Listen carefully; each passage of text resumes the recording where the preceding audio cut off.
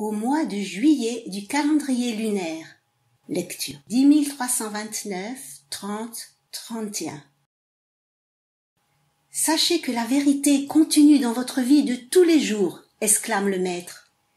Et puis ajoute, les êtres humains, ici sur Terre, ont déjà atteint 70% de développement et maintenant, il faut que leur force d'âme grandisse et se développe davantage, car le temps arrive où ils pourront se diriger vers les profondeurs de l'univers. Sans cette dernière étape fondamentale, aucun d'entre nous ne pourrait rentrer chez lui. Comment pouvons-nous faire une méditation cohérente le 7 juillet, a demandé une dame au début, s'adressant au maître. Le mois de juillet que vous avez mentionné faisait référence au calendrier lunaire, qui est une période de célébration très importante pour la Corée. La dame a poursuivi en disant qu'elle était déjà réveillée à 2 heures du matin ce jour-là. Elle s'applique dans la lecture du Jeongbukong, qui sont les 81 lettres qui nous sont envoyées du ciel dans l'Antiquité et qui contiennent toute la vérité de la création. Puis essaie de se connecter avec la nature, puis se détend et ne fait plus rien. Elle a ensuite demandé s'il était juste de le faire et pour combien de temps. Fais tout ce que tu as envie de faire et ne fais jamais d'effort, répondit le maître. Mais tu devrais toujours continuer à étudier, pas seulement pendant cette semaine ou ce jour-là. Le maître avait déclaré que chacun de nous devait franchir le seuil du mois de juillet déjà bien préparé. Fin juillet, dit-il, la nature se charge de vous faire rencontrer de nouvelles personnes appelées Ignon en coréen, avec qui échanger de l'énergie et grandir. Et si vous aviez étudié comme vous auriez dû faire et réussi à augmenter la qualité de votre énergie, les personnes que vous rencontriez auraient également une énergie de haute qualité et votre vie pourrait continuer avec joie. Le maître a ensuite poursuivi en disant que même ceux qui vont au champ tôt le matin pour travailler et n'ont pas une énergie de très haute qualité, ne pouvaient échanger que des produits de la même qualité.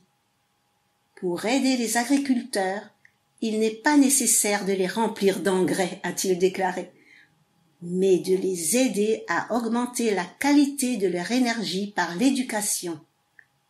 Rappelez-vous que, dans tous les cas, les meilleurs produits à cultiver sont les humains, a-t-il enfin souligné.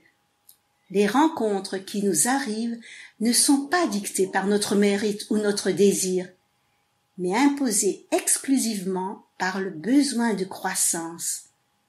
Alors, en juillet, la nature donne et reprend les personnes que nous rencontrons et avec qui nous parcourons ensemble un bout de chemin. Et il peut arriver que, durant ce voyage, quelqu'un prenne du retard, tandis que les autres pourraient grandir, et c'est ainsi que des difficultés pourraient survenir et qu'une séparation serait nécessaire. À ce moment-là, si nous ne voulions pas nous séparer, nous résistions. La vie deviendrait un véritable enfer. Qui va?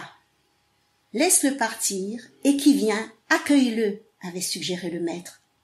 Précisément au mois de juillet, chacun devrait réfléchir à la façon dont il s'est comporté avec les personnes qui lui ont été proches jusqu'à ce moment-là.